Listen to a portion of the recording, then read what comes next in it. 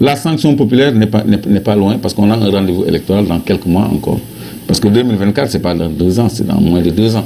Donc même 2 ans, c'est quelques mois. Donc le peuple va asseoir davantage sa souveraineté. Te transhumants yi ci local yi ak législative yi ils ont eu le raclé. Ouais. Des zones yoo xam ne da ngay xool une zone comme Tivaouane. Diop Sy. Parti au pouvoir musul perte Tivaouane. ay score yu mag la doon def Tivaouane mais Diop Sy ci local yi dafa benn listam dem il a gagné le maire Diagne Sy Mbengue il a gagné ci législative yi mu def ak moom coalition moom Diagne Sy Mbengue ak Aymérou Gningue ak la dame là qui est là-bas j'oublie son nom ñoom ñëpp ñu ni donc s'ils vont ensemble c'est 80%. La députée voilà j'oublie son nom bu ñu demee ensemble c'est 80%. Mais ba ñu boolee seen doole ñoom ñëpp ca la ñu doog a perte Tivaouane li musul am bi Macky ñëwee ba léegi te dañ leen battre à plate couture même dans leur bureau de vote. La même chose s'est passée un peu partout au Sénégal. À la Médina, tu as vu, Bamba Fall n'a jamais perdu la Médina, jamais. Mais il a suffi que mu rejoindre le camp de Macky Sall.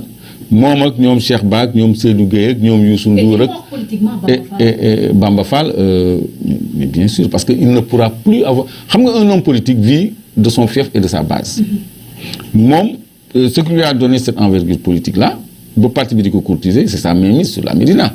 C'est sa fidélité avec les populations de la Médina te Bamba Fall li mu amoon Médina dafa rëy gis nga tous les imams da leen doon gërëm parce que quand même il a fait quand même un travail municipal à saluer jàppale na daara yi jàppale na mosquée yi jàppale na chef de quartier yi jàppale na bàjjenu gox yi def na social liggéey na daal mais politiquement dañu gis comme une trahison le fait que au dernier moment waa Médina bëgg changement moom mu dem ci nguuru Macky Sall c'est-à-dire nguuru Macky Sall la nit ñi supporté wul ñoom la ñu sanctionné parce que les mauvais résultats obtenus pendant les législatives ont découlé de l'implication de Macky Sall ci débat législatif notamment 3e mandat bi nga xam ne leeralu ko ak waxu Mahmoud Saleh ba woon parce que dafa ni woon en direction des locales avant les locales ni que ces élections locales non de locales que de nom c'est des élections nationales nu ñu ciy génnee mooy déterminer suñu carrière politique ñun ñëpp nu ñu ciy génnee aussi mooy déterminer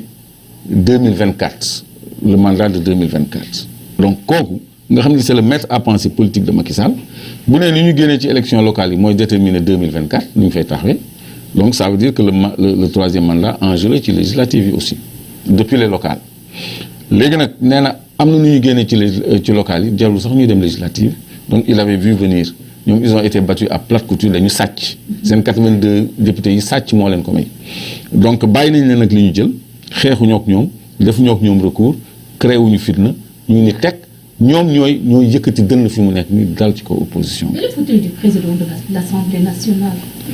Bon loolu laay junj le fauteuil du président de l'Assemblée nationale ñoom li ñuy def yëpp c'est-à-dire l'apport du président Pape Diop c'est pour faire basculer la balance.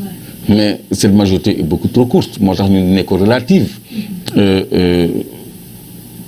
la moitié plus 1 kooku c'est peu léegi le vote nee naa le bulletin secret bu ñu voté présidence assemblée nationale mais kenn du xam lu sa morom voté foofu la surprise di génne tremblement de terre mën na am foofu parce que ñoom ils sont dans des calculs on va mettre tel président de l'Assemblée nationale Pape Diop par exemple on va mettre tel ici on va mettre tel au HCCT bon foofu mën nañu ko gérer parce que le président il donne 65% des sièges xaw ma 70% des sièges mais Assemblée nationale c'est pas encore gagné l'Assemblée nationale n'est pas sous contrôle du pouvoir. Tout à fait. C'est ça la nouveauté au Sénégal et c'est ça qui peut profiter à la démocratie. Qu'on ne nous alarme pas. Gouverner par ordonnance Macky y est déjà presque. Parce que defal nañ ko loi d'habilitation change na ay dispositions yu ko neex te ay pouvoir Assemblée nationale ci loxoom te waru ko ba noppi dugal sax benn 3e régime d'urgence sanitaire nga xam ne mën na ci décréter état d'urgence pour les prétextes sanitaires en dehors des prétextes sécuritaires donc am na beaucoup d'outils entre ses mains yoo xam ne moomu ko en fait.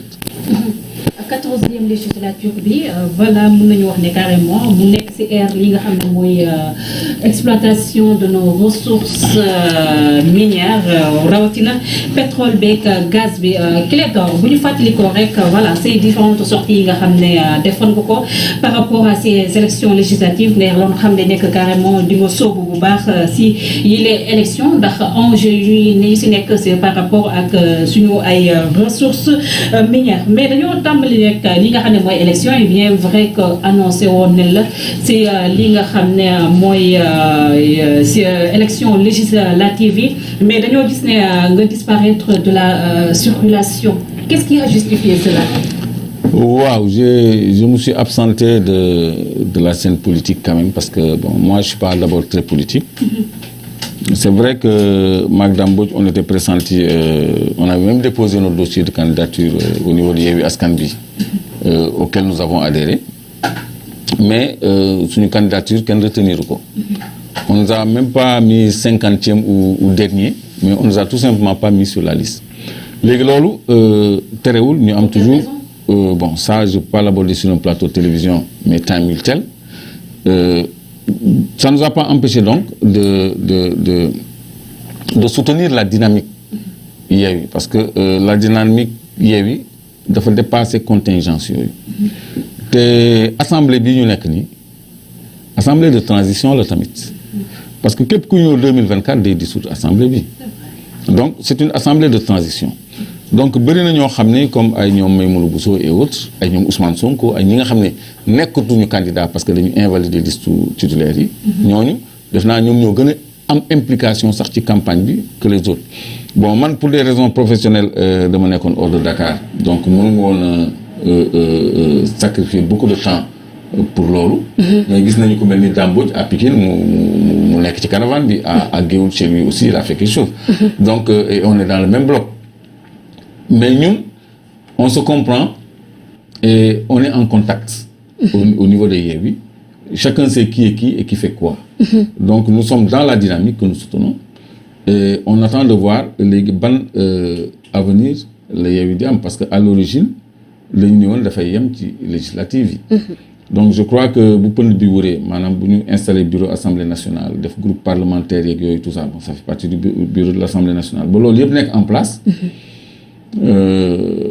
Après dinañu jublu horizon 2024 parce que 2024 c'est maintenant léegi de soit mu am recomposition wala maintien de cette dynamique là de Yewwi mais je crois que recomposition moo gën a probable te moo gën a souhaitable bu boobaa nag chacun va se déterminer pour l'avenir. Recomposition ou bien reconfiguration? Recomposition et reconfiguration c'est pareil pour moi. Ouais. Parce que de toute façon il y a des gens qui ont déjà des ambitions présidentielles au sein de Yewwi. Bon, on ne va pas dire que seul Ousmane Sonko a le droit de se présenter à la présidentielle. Ce n'est pas ça, Yewwi. Yewwi, c'était juste les législatives. Après, chacun va de son côté pour les présidentielles. S'il y a quelqu'un qui est au deuxième tour, les autres le soutiennent. Donc, c'était ça qui était convenu. Donc, moo tax may wax recomposition. Parce que loolu bu ñu ci àggee, il y aura une recomposition. Bon, intercoalition mënul am ci présidentielle.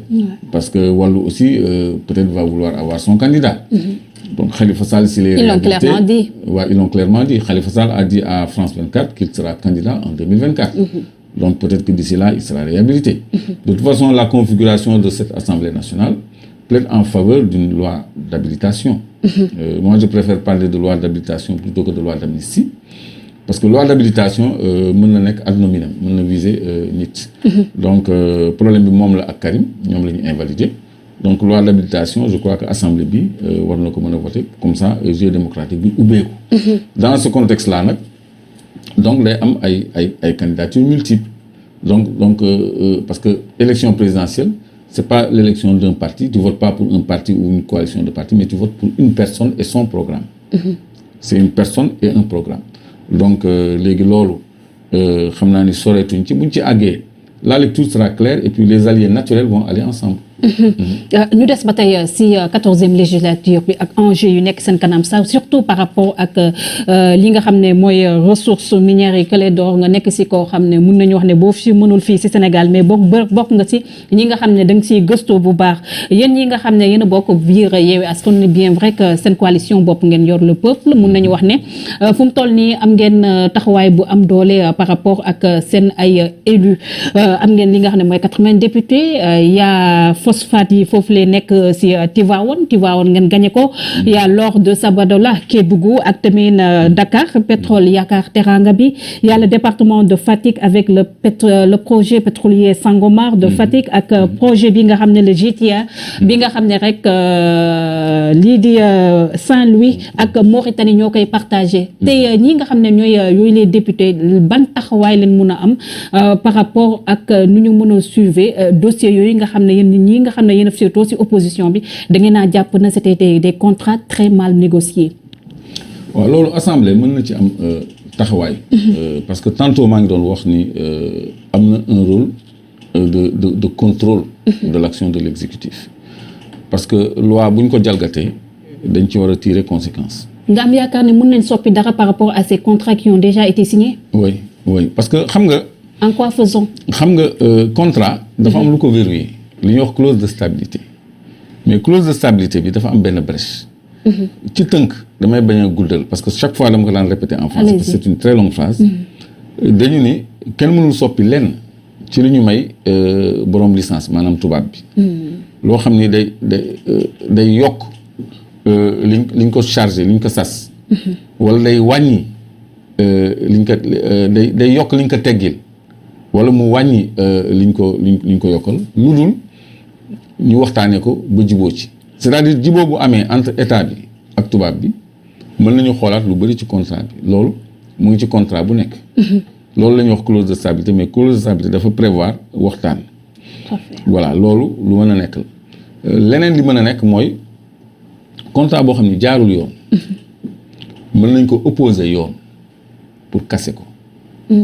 boobu lañ koy casser parce que jaarul ci yoon Petro-Tim mooy blocu Saint-Louis bi ak Kayar ñëpp xam nañ dafa jalgati article 8 bu code pétrolier jalgati na sax article 7 bu code pétrolier boobu kenn du ko wax souvent que loolu ay engagement de travaux la yoo xam ne ñoom defuñu ko sax donc loolu mën nañ cee sukkandiku pour invalider contrat mën nañu tamit indi ay coppite yoo xam ni léeg-léeg désormais plutôt au lieu président ci boppam moom cote di signer décret pour joxe licence léegi assemblée moo koy signer loolu mën na nekk coppite parce que bu fekkee ni assemblée moo koy signer parce que dañu ni ci constitution bi les ressources naturelles appartiennent au peuple kon ki teewal peuple bi c'est pas le président mais c'est l'assemblée nationale bu fekkee ni assemblée mooy def loi d'approbation au lieu de décret d'approbation lu ñuy waxtaane foofu lay doon il y a 80 ici 83 là donc loolu il faut mu doon lu leer loo xam ne day nekk ci intérêt Sénégal ñu doog ko ratifier loolu changement la mais effectivement tamit ci application yenn loi yi parce que yaa ngi cité blogu Sangomar diffère tout le temps tout de suite xam nga dañu signé woon benn loi sur le contenu local léegi loi sur le contenu local boobu mooy bu fekkee ni liggéey am na boo xam ne sénégalais mën na ko def sénégalais bi mooy prioritaire pour ñu jox ko liggéey boobu léegi ci plateforme yi dafa am ay personnel sénégalais ñoo xam ne actuellement ni dañ leen takk sax buumu jaam parce que ñoom dañ doon liggéey ci plateforme bi dañuy monter 28 jours offshore maanaam biir géej après daal di wàcc 28 jours 28 la ñu monter léegi bu ñu monter biir géej seen salaire day yokk parce que dañuy am ay prime de mer ay prime de risque ak yeneen xeetu prime yoo xam ne dañ koy gonfler mais liggéey yooyu li ñuy wax catering mooy ay service ci plateforme yi ba ci restauration linge entretien ak yooyu catering quoi c'est pas technique c'est pas du drilling du gas forage am na aussi drilling ak yooyu yëpp mais personnel sénégalais yi cee liggéey dafa am benn barème international ñëpp ñuy liggéey ci pétrole duñ leen fay ci code du travail bu Sénégal non dafa am barème international. Barème international boobu mu ngi fixé salaire yi entre 2 et 4 millions selon liggéey yi. mais sénégalais yi fa nekk fi mu nekk nii nangu lu ñu leen woon loolu ay 500 000 600 000 lañ leen doon fay. Pourquoi? parce que dañu jàpp ni loolu bëri na ci ab sénégalais. Attends. léegi ñoom ñu kaas loolu. ñu defal leen barème spécial barème temporaire. barème temporaire boo xam ne dañu négocier ba jubóo ci barème temporaire boobu mu ngi àgg ci ak 1,3 million boo xam ni. boo ci daggee impôts yi mu ngi des à peu près ay 800 000. 795 000 pour être plus précis. donc ci loolu lañ leen tënk. léegi nag li xew ci Jifeer Sangomar ci bloc yooyu mooy dañ leen a wàccee Sénégalais yi léegi dematuñu biir géej dañ leen bàyyi onshore. bu noppi di leen fay. Pourquoi? di leen fay moins parce que dañu jël ay philippins ay nit ñu jógee Philippines nga xam ne ñooñu loo leen fay ñu liggéeyal la ñu leen di fay moins cher que même le barème bi nga xam ne ñoom la ñu négocier woon parce que Woodside. ñi nga xam les autorités sont au courant de ça. sont au courant de ça parce que y a l'ANAM une agence qui s'occupe des gens de mer qui est au courant. parce que li ma lay wax ni dama yore documentation parce que dinaa ko utal une communication spéciale léegi ñoom dañu jël ay waa Philippines di leen fay parce que Woodside bi nga xam ni moom moo yore majorité des actions. moom day fay benn entreprise benn société d'intérim société buy wut ay nit ñu koy liggéeyal donc société bi mu wut muy tëdd O2 comme oxygène.